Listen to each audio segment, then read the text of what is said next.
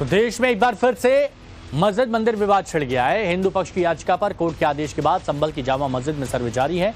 हिंदू पक्ष इस फैसले के बाद गदगद है, लेकिन सवाल यह कि क्या श्री हरिहर का मंदिर यहां प्रकट होगा। हालांकि ये तो अभी जांच का विषय है, लेकिन हिंदू पक्ष सर्वे के फैसले को बड़ी जीत मान रहा है। पर संभल की जामा मस्जिद को लेकर ही देश में धर्म संकट की स्थिति नहीं है।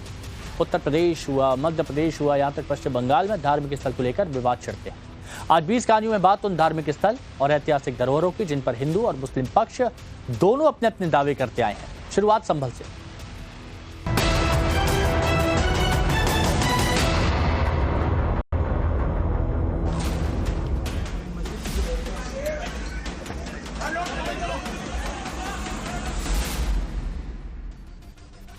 उत्तर प्रदेश के संभल में हिंदू पक्ष की जीत से हंगामा मच गया, क्योंकि इस जीत के धार्मिक आस्था के लिहाज से हिंदू पक्ष के लिए खास मायने हैं।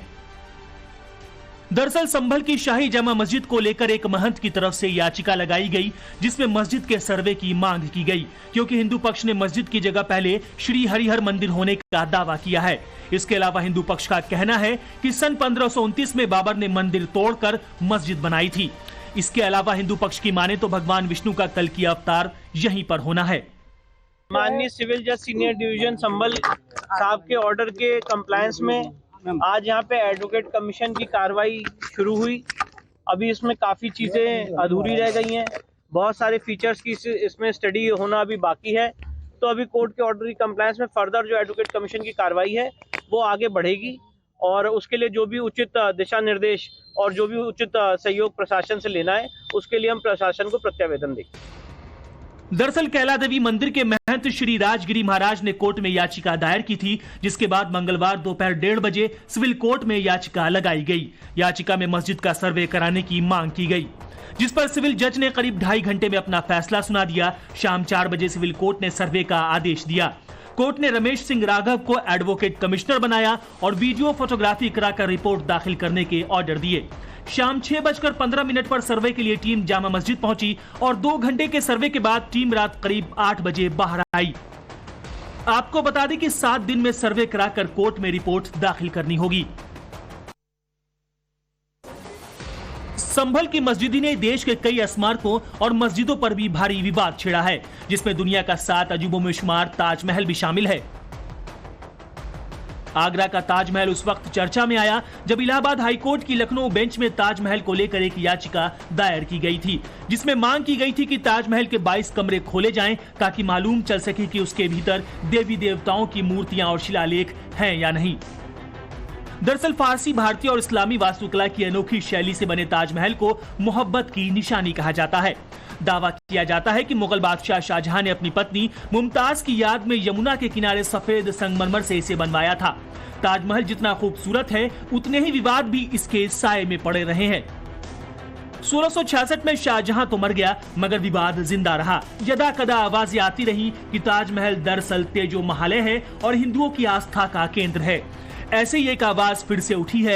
इलाहाबाद हाई कोर्ट की लखनऊ बेंच में अयोध्या में बीजेपी के मीडिया प्रभारी रजनीश सिंह ने एक याचिका दायर की थी। कुतुब मीनार देश की प्रमुख ऐतिहासिक इमारतों में से एक है। ये साउथ दिल्ली के मेहरौली इलाके में मौजूद है। करीब 238 फीट की ऊंचाई वाले कुतुब मीनार भारत का सबसे ऊंचा पत्थरों का स्तंभ है। इसके अलावा कुतुब मीनार में आसपास मौजूद कई अन्य स्मारकों से घिरा हुआ है और इस पूरे परिसर को कुतुब मीनार परिसर कहते हैं। मीडिया रिपोर्ट्स के मुताबिक दिल्ली की पहली शुक्रवार जामा मस्जिद कुतुब मीनार परिसर के अंदर स्थित है, जिसका निर्माण कुतुबुद्दीन ऐबक ने करवाया था। लेकिन माना जाता है कि इस मस्जिद का निर्माण 27 हिंदू और जैन मंदिरों को नष्ट करके किया गया था।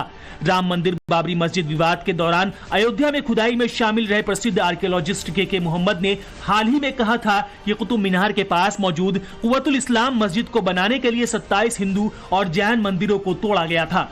के मोहम्मद के मुताबिक मस्जिद की पूर्वी गेट पर लगे एक शिलालेख में भी इस बात का जिक्र है। वह हिंदू पक्ष ये भी दावा करता रहा है कि यह कुतुब मीनार नहीं, विष्णु स्तंभ है, जिसे लेकर खूब हंगामा भी हुआ था।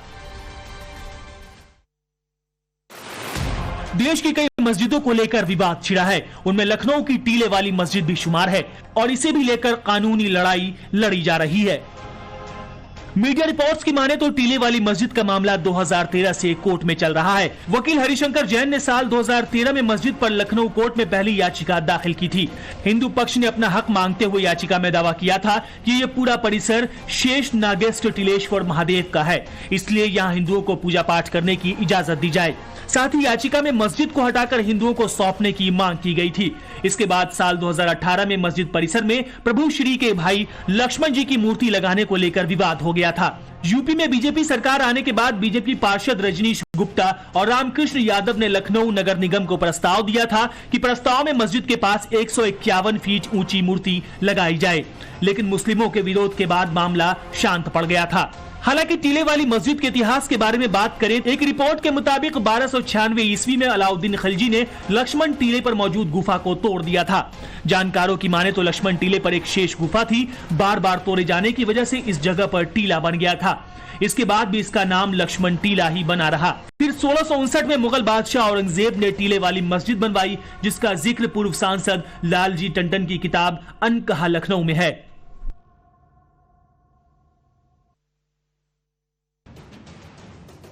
अयोध्या में राम मंदिर, वाराणसी में ज्ञानवापी और मथुरा में श्री कृष्ण जन्मभूमि विवाद के बारे में तो दुनिया जानती है, लेकिन कई ऐसे भी धार्मिक विवाद हैं जिनके बारे में लोगों को ज्यादा नहीं पता।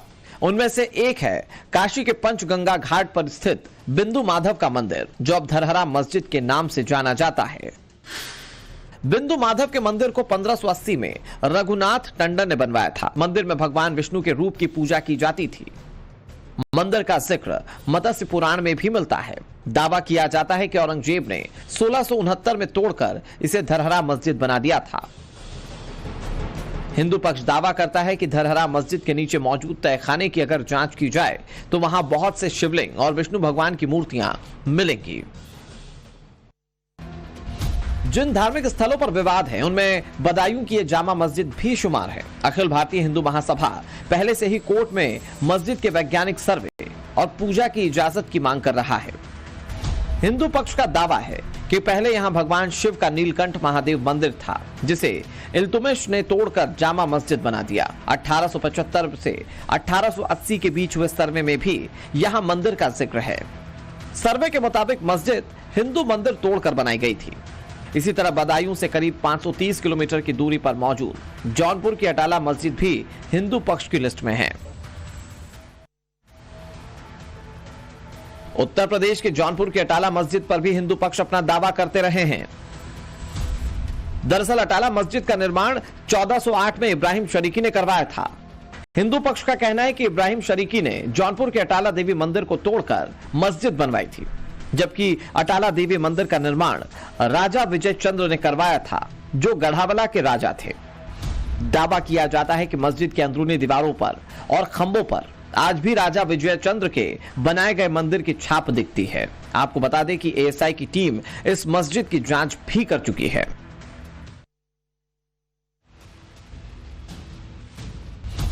इतिहासकारों की माने तो पूरे देश में सनातनी संस्कृति पर मुगलों के सितम की निशानियां बिखरी पड़ी। अब इस विवादित स्थल के बारे में भी जान लीजिए, जो भोपाल से 250 किलोमीटर दूर धार जिले में मौजूद है, और इसका नाम है कमाल मौला मस्जिद, जिसे हिंदू पक्ष मां सरस्वती का प्राचीन मंदिर भोजशाला कहता है।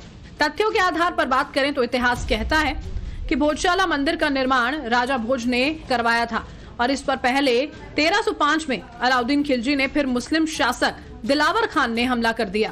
इसके बाद महमूद शाह ने भोजशाला पर हमला करके सरस्वती मंदिर के बाहरी हिस्से पर कब्जा कर वहां कमाल मौलाना मकबरा बना दिया। यहाँ 1875 में खुदाई के दौरान माता सरस्वती की प्रतिमा मिली थी। प्रतिमा को मेजर किनकेड नाम का अंग्रेज लंदन ले गया, जो अभी वहां म्यूजियम में रखी गई है। आपको बता दें कि 1997 से पहले यहाँ हिंदुओं को सिर्फ दर्शन करने की इजाजत थी, लेकिन इसकी देखरेख करने वाले एएसआई ने हिंदुओं को यहाँ हर मंगलवार और वसंत पंचमी पर पूजा करने का अधिकार दे दिया। वहीं मुसलमानों को हर शुक्रवार को नमाज पढ़ने की इजाजत भी। वहीं हिंदू पक्ष कोर्ट में याचिका दाखिल करके यहाँ नमाज पढ़ने पर रोक की मांग कर चुका है। अदीना मस्जिद या आदिनाथ मंदिर, ये सवाल एक अरसे से सामने है। पश्चिम बंगाल के मालदा जिले में मशहूर अदीना मस्जिद, जो भारतीय पुरातत्व सर्वेक्षण में सूचीबद्ध स्मारक है। इस ढांचे को लेकर कई सालों से विवाद है। मई 2022 में पश्चिम बंगाल बीजेपी के तत्कालीन उपाध्यक्ष रथींद्र बोस ने सोशल मीडिया पर लिखा था कि आदिनाथ का मंदिर इस अदीना मस्जिद के नीचे स्थित है। वो इतिहास कई लोगों के लिए अज्ञात है। इसके तुरंत बाद ही विश्व हिंदू परिषद की पश्चिम बंगाल इकाई भी एकदम एक्टिव नजर आई थी। इसी साल एक युवा पुजारी के नेतृत्व में हिंदुओं के एक दल ने अदीना मस्जिद के परिसर में पूजा की थी, जिसके बाद उनके खिलाफ एफआईआर भी दर्ज की गई थी। दावा किया जाता है कि मदीना मस्जिद का निर्माण इस्लामिक आक्रांता सुल्तान सिकंदर शाह ने 1369 में हिंदू और बौद्ध मंदिरों को तोड़कर करवाया था।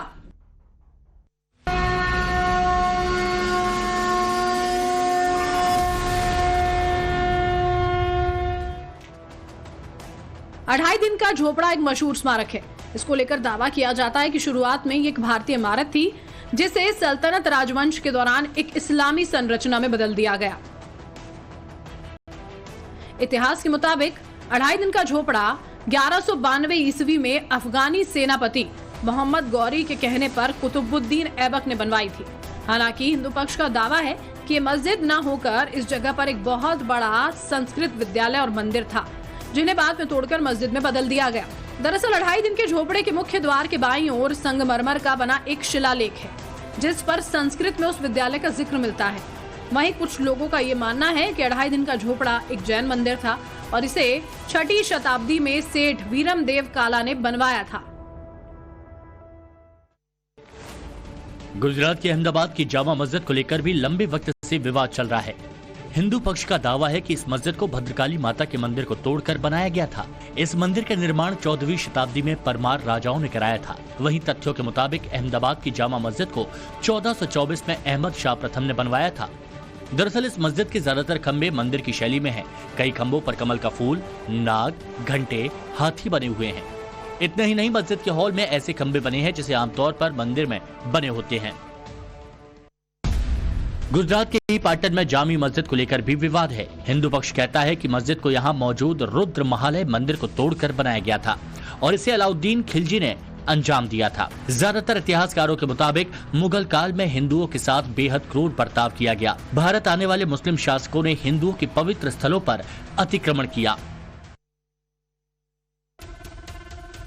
मध्य प्रदेश के रायसेन किले पर मौजूद प्राचीन सोमेश्वर धाम मंदिर में देश की आजादी के बाद से ताला लगा हुआ है। ये देश का एकमात्र ऐसा शिवालय है जो साल में केवल 12 घंटों के लिए शिवरात्रि के दिन खोला जाता है। मीडिया रिपोर्ट्स की माने तो पुरातत्व विभाग अपने नियमों का हवाला देकर मंदिर को पूजन के लिए बंद किए हुए है। वहीं आज तक किसी सरकार ने यहां से ताला खोलने का साहस नहीं जुटाया, जबकि रायसेन के शिव भक्त श्रद्धालु हर साल ये मांग शासन प्रशासन से करते आ रहे हैं। गौरतलब है कि इस मंदिर को हर साल महाशिवरात्रि के मौके पर 12 घंटे के लिए खुला जाता है। ये व्यवस्था 1974 से बनाई गई थी, जब इस मंदिर को मस्जिद बताए जाने के बाद कुछ लोगों ने आपत्ति जताई थी। उस वक्त प्रशासन ने इस मंदिर के गर्भगृह में ताला लगा रखा है। वहीं महाकाल की नगरी उज्जैन में भी बिना नींव वाली मस्जिद को लेकर विवाद हो चुका है। इस मस्जिद को लेकर अखंड हिंदू सेना और महामंडलेश्वर अतुलेशानंद ने दावा किया था कि उज्जैन के दानी गेट पर बनी यह मस्जिद प्राचीन शिव मंदिर है। हिंदू पक्ष ने यहां तक दावा किया कि इस मस्जिद में भगवान गणेश की मूर्ति भी मौजूद है। इसके साथ ही महामंडलेश्वर ने कहा था कि मस्जिद की जांच कराई जाए तो सच सामने आएगा। इसके अलावा भी कई मध्य प्रदेश के मंदिर हैं जिन पर विवाद है। काशी की ज्ञानवापी मस्जिद पर चल रहे विवाद के बीच मध्य प्रदेश के कई शहरों में मस्जिद के अंदर मंदिर के दावे किए गए, जिस पर समय समय पर काफी राजनीति होती रही। भोपाल में संस्कृति बचाओ मंच ने दावा किया कि जामा मस्जिद पहले शिव मंदिर था, उसे तोड़कर जामा मस्जिद बनाई गई। इसे लेकर चौक बाजार स्थित जामा मस्जिद में पुरातत्व विभाग में सर्वेक्षण करने की मांग हुई। वहीं संस्कृति बचाओ मंच ने इस मामले को कोर्ट में उठाने की भी बात कही थी।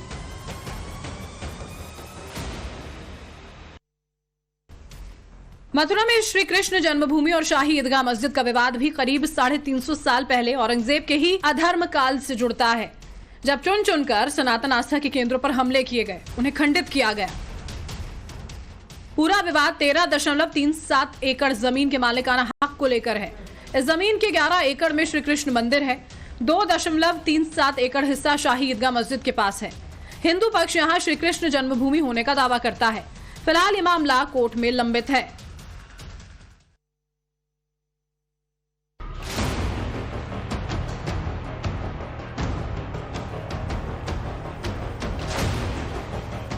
ज्ञानवापी मस्जिद या मंदिर, इस विवाद से जुड़े कई मसले देश की निचली अदालत से लेकर सर्वोच्च अदालत में चल रहे हैं। इन सब के बीच एएसआई की सर्वे रिपोर्ट ने काफी हद तक इस कहानी की हकीकत से पर्दा उठा दिया है, लेकिन अब भी कई मामलों में कोर्ट की मुहर लगना बाकी है। दरअसल ये लड़ाई काफी पुरानी है, लेकिन साल 1991 में पहली बार हिंदू पक्ष ने कानूनी जंग छेड़ी और वाराणसी की अदालत में मुकदमा दायर कर पूजा करने की अनुमति मांगी। लेकिन इसी साल यानी कि 1991 में ही तत्कालीन केंद्र सरकार ने प्लेसेस ऑफ वर्शिप एक्ट बनाया, जिसका सीधा मतलब ये था कि 15 अगस्त 1947 से पहले अस्तित्व में आए किसी भी धर्म के पूजा स्थल को किसी दूसरे धर्म के पूजा स्थल में नहीं बदला जा सकता। ज्ञानवापी विवाद पर आज पूरी दुनिया की नजर है, लेकिन क्या आपको पता है कि इसका इतिहास क्या है? 2 सितंबर 1669 ये वो तारीख है जब औरंगजेब नाम के क्रूर शासक के आदेश पर सैकड़ों सैनिकों ने काशी विश्वनाथ मंदिर पर हमला कर दिया था। और इसके सबूत जदुनाथ सरकार की हिस्ट्री ऑफ औरंगजेब किताब के पेज नंबर 282 पर मिलते हैं। इस किताब के मुताबिक औरंगजेब ने काशी विश्वनाथ मंदिर को तोड़ने का आदेश दिया था। देश के कई धार्मिक स्थलों पर सालों से विवाद बरकरार है। उनमें एक बड़ा नाम है विदिशा का विजय मंदिर। दावा किया जाता है कि 11वीं शताब्दी में बने विदिशा के विजय मंदिर को 1682 में औरंगजेब के इशारे पर तोप से उड़ा दिया गया था। वहीं सोशल मीडिया पर अक्सर यूजर्स विजय मंदिर की तस्वीर को शेयर कर दावा करते नजर आते हैं कि देश का नया संसद भवन इसी मंदिर की तर्ज पर बनाया गया है। सेंट्रल विस्टा प्रोजेक्ट के तहत बने नए संसद भवन की आकृति विदिशा के बीजा मंडल यानी कि विजय मंदिर से हूबहू मिलती है। आ रही है प्रसिद्ध मंदिर और मस्जिदें या मज़ारे आसपास होना। मुगल काल से ये स्पार्किंग पॉइंट रहे हैं और इस चिंगारी के बीज इतिहास में मिलते हैं। औरंगजेब के काल में दोनों समुदायों में त्र्यंबकेश्वर में भिड़ंत हुई। मुगल फौजों ने 1690 में इस मंदिर को तहस नहस किया था। प्रसिद्ध इतिहासकार जादुनाथ सरकार की किताब हिस्ट्री ऑफ औरंगजेब में इस घटना का जिक्र है।